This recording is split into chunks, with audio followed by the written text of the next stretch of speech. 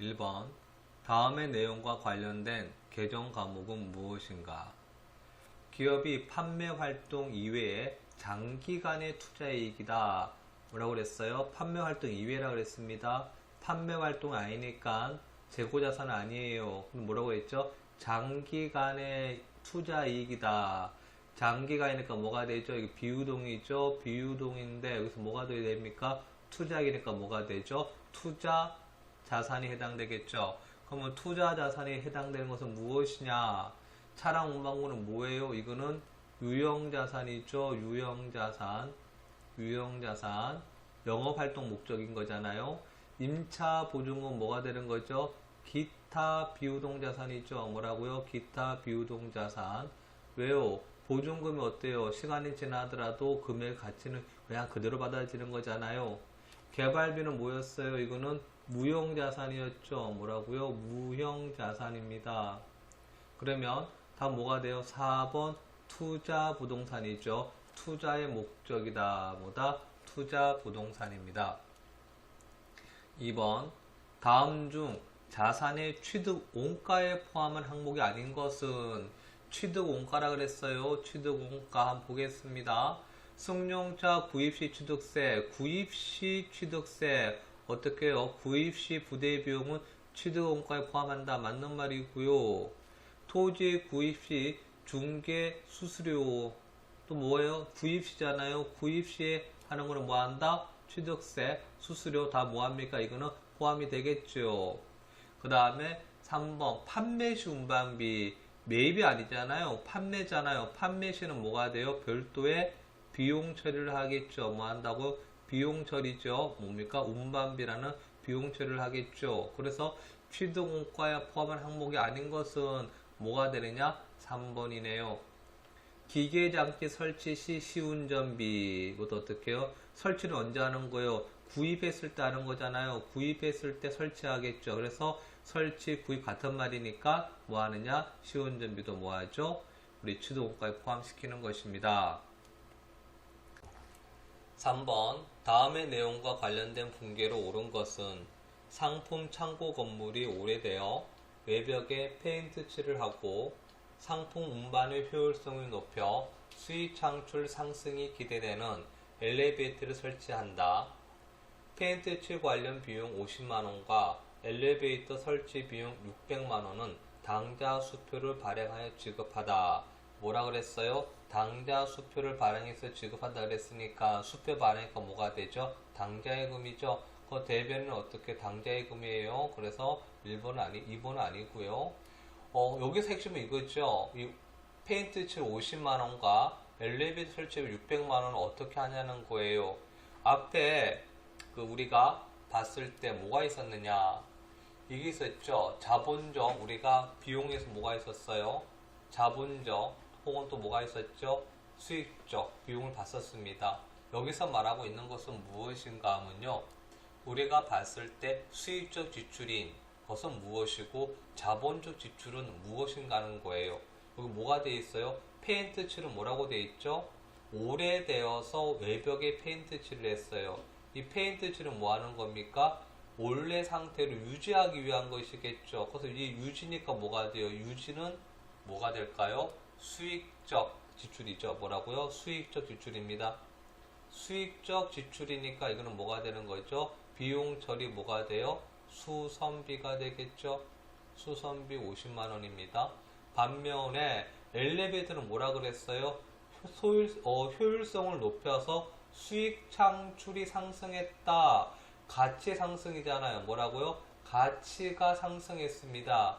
유지가 아니고요. 뭐예요? 이번에는 상승이죠. 가치 상승이 됐어요. 가치 상승이니까 이건 뭐가 되는 거냐? 이거는 자본적 지출이죠. 뭐라고요? 자본적 지출입니다. 자본적 지출. 그래서 이 자본적 지출은 어떻게 해야 돼요? 자산적 가치가 되겠죠. 자산이죠. 그래서 어떻게 하느냐? 이게 건물이라고 그랬잖아요. 뭐라 그랬습니까? 창고 건물이라고 그랬죠. 창고 건물은 개정 과목이 뭐예요? 건물이잖아요. 그래서 건물 개정 과목 자산 가치 얼마? 600만 원을 어떻게 해야 돼? 잡아주시고요. 그리고 수선비는 어떻게 해요? 50만 원 잡아서 답은 몇 번이 되느냐? 4번이 되겠습니다. 4번. 다음의 내용을 참고하여 2020년 12월 31일 차량 운반구의 감각상각비는 얼마인가? 감각상각비 문제에서는요, 맨 처음에 상각 방법부터 확인해야 됩니다. 정액법인지 정률법인지를 확인해 주셔야 되겠죠. 이 문제는 정액법이네요. 정액법은 어떻게 하는 거죠? 취득가, 이 취득가에서 뭘 뺍니까? 잔존가치를 차감해야 되겠죠. 잔존가치 차감하고 이 금액에다가 어떻게 하는 겁니까? 내용 연수를 어떻게 해요? 나누게 하잖아요. 취득가랑 보겠습니다. 차량 운반구 얼마요? 1000만원 돼 있는데 함정이 한 개 나와 있네요. 취득세 200만원 있었어요. 취득 시에 발생하는 부대 비용은 어떻게 합니까? 취득 원가에 플러스 시켜 주셔야 되겠죠. 그러면 취득가는 얼마가 됩니까? 1200만원이 되겠네요. 1200만원이 될 것이고요. 잔존가치는 0원이네요. 없고요. 내용연수가 얼마 되어 있어요? 5년 되어 있죠. 그러면 1200 나누기 5 하겠습니다. 1200 나누기 5 하니까 얼마가 돼요? 자체는 240만원이 되겠죠. 240만원입니다. 그럼 1년에 감각상각비는 얼마란 말이죠? 1년에 감각상각비는 240만원인 거예요. 그래서 정액 해마다 5년 동안에 240만원씩을 감각상각비 처리하겠죠. 여기까지 구해 놓으시고요. 이제 문제를 한번 다 확인할게요. 2020년 12월 31일에 감각상각비라 그랬어요. 근데 취득은 언제 했어요?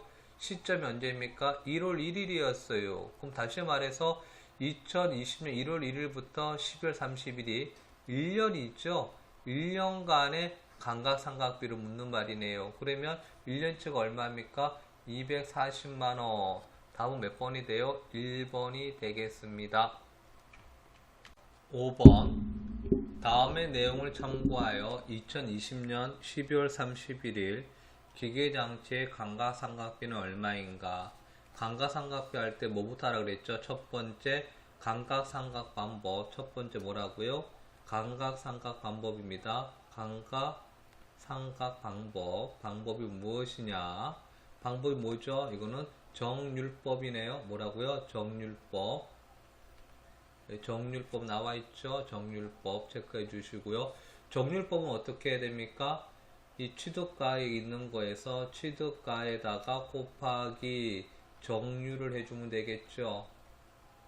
그래서 첫 번째 감각상각 방법 정률법 확인했고 취득가가 얼마 돼 있어요? 여기에서는 500만원 돼 있습니다. 정률법을 물을 때는요, 잔존가치가 안 나와요. 잔존가치 묻는 거는 정액법이에요. 그냥 정률법에서는 그냥 취득 원가만 나오고요. 이 내용 연수는 신경 쓰지 마세요. 의미 없습니다. 그냥 정률법은 어떻게 하는 거다? 정률하고 취득가로만 계산해 주셔야 돼요. 곱하기 0.45는 얼마가 될까요? 500만원 곱하기 0.45 계산하세요. 계산기 들고 하시면 됩니다. 얼마가 나오죠? 225만원이 나오죠. 첫 해에 얼마란 말입니까? 225만원이 감각상각비라는 것이죠. 그 다음에 어떡합니까? 500만원에서 225만원을 차감하면 얼마가 남죠? 275만원이 남겠죠. 275만원 곱하기 또 얼마입니까? 0.45를 해주겠죠. 그럼 얼마가 될까요? 이렇게 했을 때는 계산기 또 얼마가 나와요? 123만 7,500원이 나오겠죠. 그래서 여기서 묻는 말이 뭐가 돼 있어요? 19년도에 취득했어요. 그러면 지금 현재 언제예요? 2020년 12월 30일이에요. 그러면 2019년 1월 1일부터 2019년 12월 30일이 1년간 감가상각비와 2020년 1월 1일부터 2020년 12월 30일이 1년, 그래서 합이 얼마입니까? 2년간이잖아요. 2년 동안 어떻게 돼요? 1년 하니까 감가상각비 현재 2020년에는 얼마가 빠지는 거죠? 2년 차일 때는 123만 7,500원이겠죠. 다 몇 번입니까? 1번입니다. 다시 정리해 드리겠습니다. 요거는 얼마가 돼요? 225만원 언제가 하는 거죠? 이거는 2019년 12월 31일 1년 차일 때 얼마였다? 225만원이었고요. 2년 차일 때는 얼마가 되는 거다? 123만 7,500원이란 말입니다. 그래서 정률법을 계산할 때는 취득 시점하고 현재 시점을 정확하게 보셔야 돼요. 정액법이야 해마다 금액이 어때요? 동일하게 발생하겠죠. 동일하게 발생하겠지만 이 정률법은 어떻습니까? 금액이 어떻게 해요? 해마다 상각비가 다릅니다. 그래서 상각비 정률법에서는 이런 식으로 함정을 많이 나타내게 하거든요. 그리고 다시 말씀드리겠지만 정률법에서는 내용 연수 의미 없습니다. 신경 쓰지 마세요. 다음 몇 번이다? 1번이었습니다. 6번 다음의 내용을 참고하여 2020년 1월 1일 비품 처분 시 유형자산 처분 손익은 얼마인가? 이런 문제를 있을 때는요, 취득 시점부터 해서 계산을 다 분기를 먼저 해주시는 게 제일 좋습니다. 보니까 2018년도 1월 1일 날 뭐 했어요? 이때 취득했네요. 그러면 이 취득 시 분기는 어떻게 했을까요? 차변에 취득 시에 차변에 뭐가 들어왔어요? 비품이 들어왔겠죠. 비품이 얼마짜리였어요?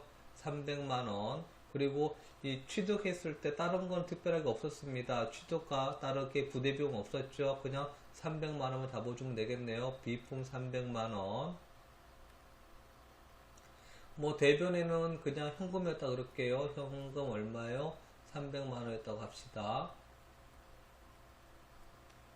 1월 1일날 취득시 얼마였다? 비품 300만원, 대변에 현금 300만원이었다고 할게요. 그리고 그러면 이제 어떻게 돼요? 2018년도 1월 1일날 취득했으면 또 2018년도 12월 31일 어떻게 해요? 결산시에 어떻게 되죠? 또 감가상각 해줘야 되겠죠? 감가상각법은 뭐라고 되어 있습니까? 정액법 그랬어요. 그러면 어떻게 계산해야 되죠? 감가상각비 구해야 되잖아요. 300만원에서 정액법은 뭐합니까? 취득가에서 마이너스 잔존가치가 얼마죠? 20만원. 네, 정액법 뭡니까? 취득가에서 빼기 잔존가치. 여기에서 뭐 하는 겁니까? 나누기 연수해야 되잖아요. 그래서 나누기 몇 년이죠? 연수가 5년 돼 있네요. 얼마요? 5년 돼 있죠. 그래서 5년. 그러면 얼마가 돼요? 280만원에서 280만원에 나누기 5 하니까 1년 얼마가 되죠? 56만원이 나오겠죠? 얼마요? 56만원이 나오네요. 그래서 첫 해 어떻게 했습니까? 차변에 감가상각비 얼마? 56만원. 대변에 뭐 했을까요? 감가상각 누계에 그래서 얼마요? 56만원 했겠죠. 그러면 또 어떻게 돼요? 지금 2020년이니까요. 또 그 다음에 어떻게 했어요? 2019년 또 12월 30일에 동일하게도 어떻게 했어요? 감가상각비 얼마? 56만원을 뭐 했을까요? 상각비 처리했을 거잖아요. 여기도 어떻게 했다? 차변에 감가상각비 얼마? 56만원. 그리고 대변에 감가상각 누계에 얼마요? 56만원. 그래서 18년도에 어떻게 56만원, 19년도에 56만원. 그래서 두 해 동안 어떻게 되죠? 56만원. 그래서 112만원이 어떻게 되어 있습니까? 이 누계액이 어떻게 해요? 차감되어 있겠네요. 누계액 얼마 차감되어 있다 이 말이거든요. 이렇게 해서 뭐합니까? 처분하죠. 처분할 때는 어떻게 하려 했어요? 처분할 때 감가상각 누계액을 상계 처리해 줘야 되겠죠. 그래서 보니까 처분 금액이 얼마 돼 있어요? 200만원 그랬죠. 그래서 차변에 현금이 들어왔어요. 현금 얼마 들어왔습니까? 200만원 들어왔고요. 그 다음에 감각상각 누계액을 어떻게 상계 처리해줘야 되니까 감각상각 누계액 얼마 있습니까? 이게 112만원이 되겠죠.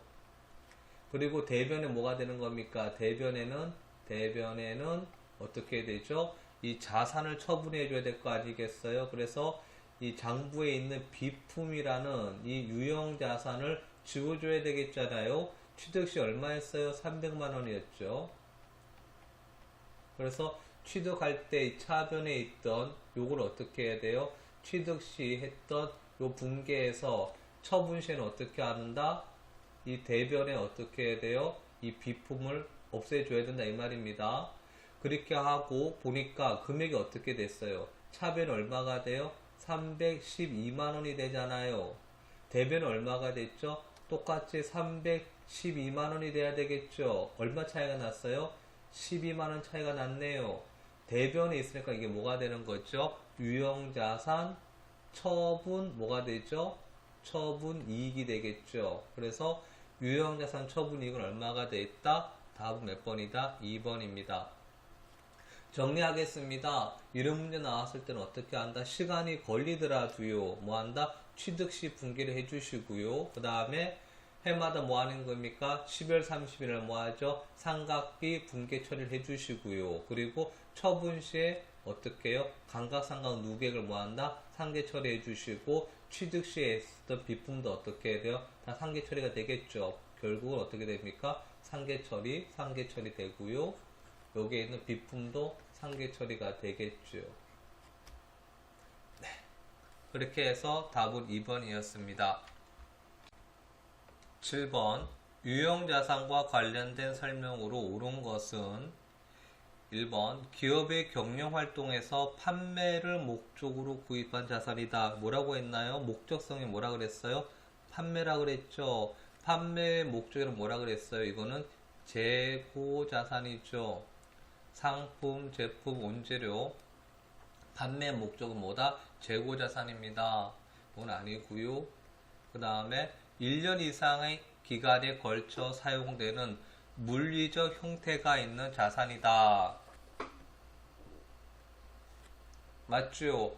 1년 이상이란 말이 쓰잖아요. 1년 이상의 기간에 걸쳐 사용하는 물리적 형태가 있다. 형태가 있으니까 뭐가 되는 거죠? 있으니까 유형이겠죠. 물리적 형태가 없어 뭐가 되는 겁니까? 무형자산이 되는 거예요. 답은 2번입니다. 나머지 보기들 보겠습니다. 토지, 건물, 투자, 부동산, 비품 등은 유형자산에 속한다. 여기서 투자, 부동산이 잘못됐는 거죠. 이 투자, 부동산은 뭐가 됩니까? 투자자산에 해당되는 것이겠죠. 그리고 4번 유형자산을 취득 시 지불해야 하는 부대 비용은 취득 원가에 가산하지 않는다. 아니죠. 구매했을 때, 구입할 때 들어가는 부대 비용을 어떻게 한다? 다 취득 원가에 포함시킵니다. 유형자산은 유형자산의 취득 원가에, 재고자산은 어떻게 합니까? 재고자산 원가에 다 포함시키는 것이죠. 답 몇 번입니까? 답은 2번입니다.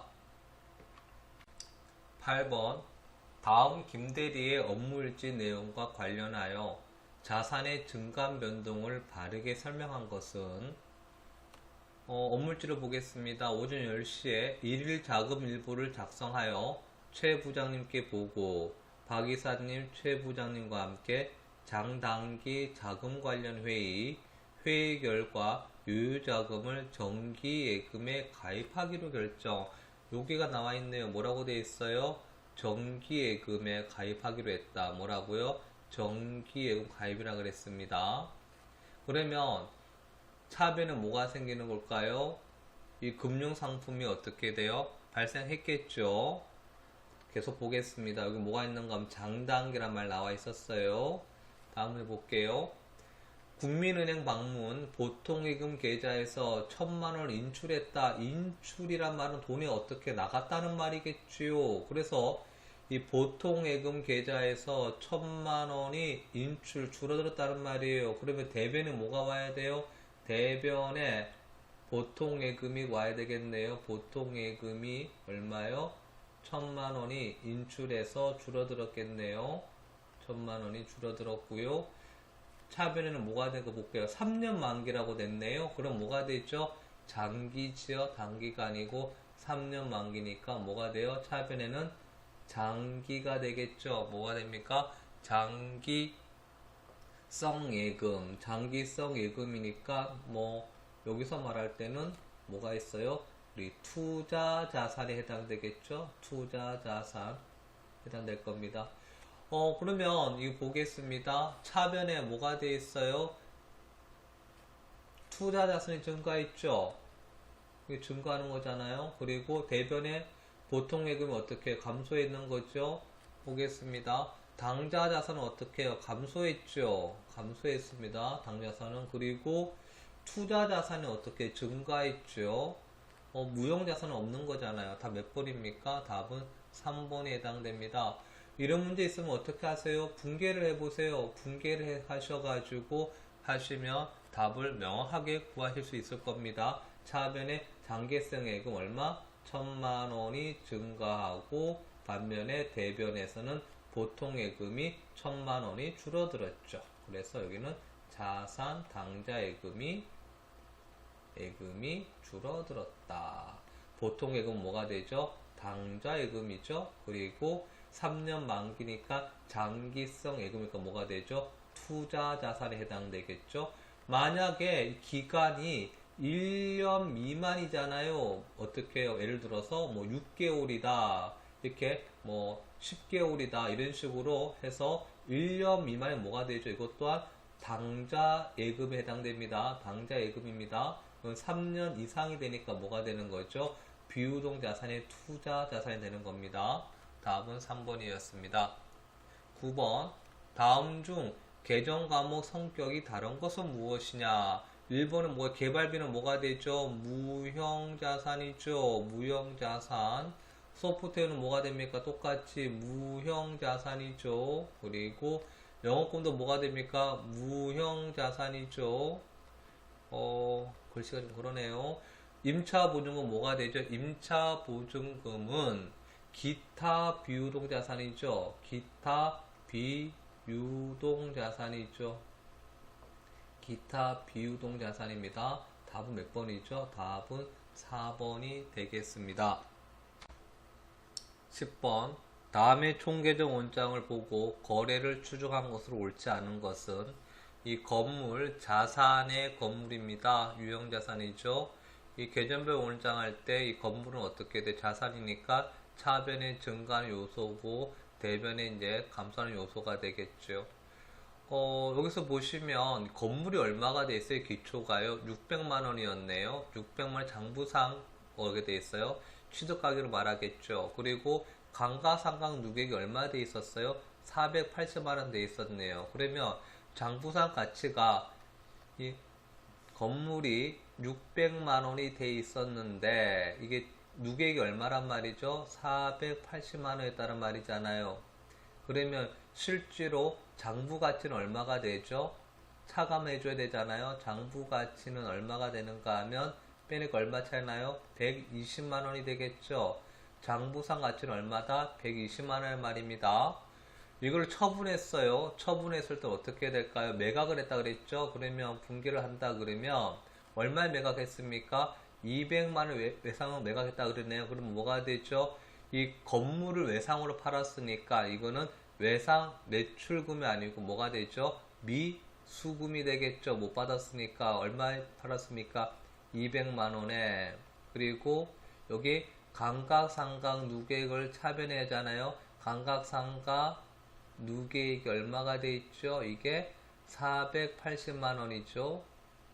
그렇게 해주시고 대변에는 어떻게 해요? 이 장부가가 얼마 됩니까? 건물이 취득가가 얼마 있었죠? 600만 원이었죠. 비교하자고요. 그러면 차변 얼마가 됩니까? 680만 원. 그리고 대변 얼마가 되죠? 600만 원이니까 얼마 차이 납니까? 80만 원이 뭐가 돼야 되는 거죠? 해줘야지만 680 같아지니까 이게 뭐가 되는 거예요? 유형자산 처분 이익이 되겠죠. 처분 이익이 되네요. 보기를 보겠습니다. 건물 처분 시 유형자산의 처분 이익은 80만 원이다. 맞는 말이죠. 정기말 재무상태표에 보고된 건물의 장부 금액은 120만 원이다. 맞습니다. 어떻게 해요? 취득가 600만 원에 감가상각 누계액이 얼마 있어요? 480만 원이니까 차액이 얼마가 돼요? 120만 원. 이게 뭐가 되죠? 장부 금액이죠. 3번 건물의 취득 원가는 얼마다? 600만 원이다. 그렇죠. 어떻게 됐어요? 건물 가격이 얼마 돼 있습니까? 600만 원. 이 유형자산은 어떻게 됩니까? 취득 가격 그대로 유지합니다. 다만 이 밑에 감가상각 누계액이 어떻게 이 누계액에서 어떻게 돼요? 기록하면서 장부상 가치를 다르게 해주는 것이죠. 무형자산이라 그러면 어떻게 해요? 이 자산적 가치에 차감을 시키겠지만 생각하겠지만 이 유형자산은 어떻게 합니까? 취득 가격을 그대로 장부상에 어떻게 돼요? 재무상태표에 나타내고 있습니다. 그것도 맞는 말이고요. 4번 보겠습니다. 건물 처분 시 외상 매각대금 200만원은 외상매금 개정을 한다. 아이고 가장 기본적인 문제 말하겠네요. 뭐로 해줘야 되죠? 이거를 상품이 아니니까 뭐로 해야 됩니까? 미수금으로 해야 되겠죠. 다 몇 번입니까? 4번. 이렇게 계산 많이 안 해도 될 뻔했네요. 11번. 유형자산에 대한 수익적 지출을 자본적 지출로 잘못 처리한 당기 오류가 당해 회계기간에 미치는 영향으로 오른 것은 묻는 말입니다. 뭐라 그랬어요? 수익적 지출이 뭐가 되죠? 수익적 지출은 비용입니다. 비용이란 말이죠. 그럼 뭐로 했다는 말이죠? 자본적 지출을 잘못했다는 말이죠. 자본적 지출은 뭡니까? 자산적 가치란 말이잖아요. 그럼 어떻게 됐어요? 자산적 가치가 증가하고 비용은 어떻게 됐어요? 낮춰져 있다는 말이겠죠. 그럼 이거 어떻게 해요? 영향으로 봤을 때는 자산적 가치는 어떻게 해요? 과대 계상되어 있죠. 그리고 맞는 말이네요. 이거는. 그리고 당기 순이익은 과소다. 비용이 어떻게 돼요? 비용이 줄어들었으면 자연적으로 어떻게 영향 미치는 거는 당기 순이익은 어떻게 되죠? 올라갈 수밖에 없죠. 왜? 비용이 줄면 당기 순이익은 늘어나야 되잖아요. 그래서 이거는 잘못됐는 말이죠. 과대가 돼야 되겠죠. 비용이 어떻게 됐어요? 과소죠. 과소. 줄어들었잖아요. 잘못됐는 말이고요. 자산에 영향이 없다. 잘못됐죠. 다 몇 번입니까? 1번입니다. 다음 중 무형자산이 아닌 것은 특허권 무형자산이죠. 영업권 뭐가 됩니까? 무형자산이죠. 임차 권리금 이거 많이 틀렸을 것 같은데요. 임차 보증금 아니고 권리금이라 그랬어요. 권리금 뭐예요? 영업권입니다. 그래서 어떻게 돼요? 이것도 무형자산인데 보세요. 3번에 연구비라 그랬잖아요. 경상연구비 뭐라 그랬죠? 비용이라 그랬죠? 비용 뭐라 그랬습니까? 비용입니다. 비용. 그래서 다 몇 번입니까? 3번입니다.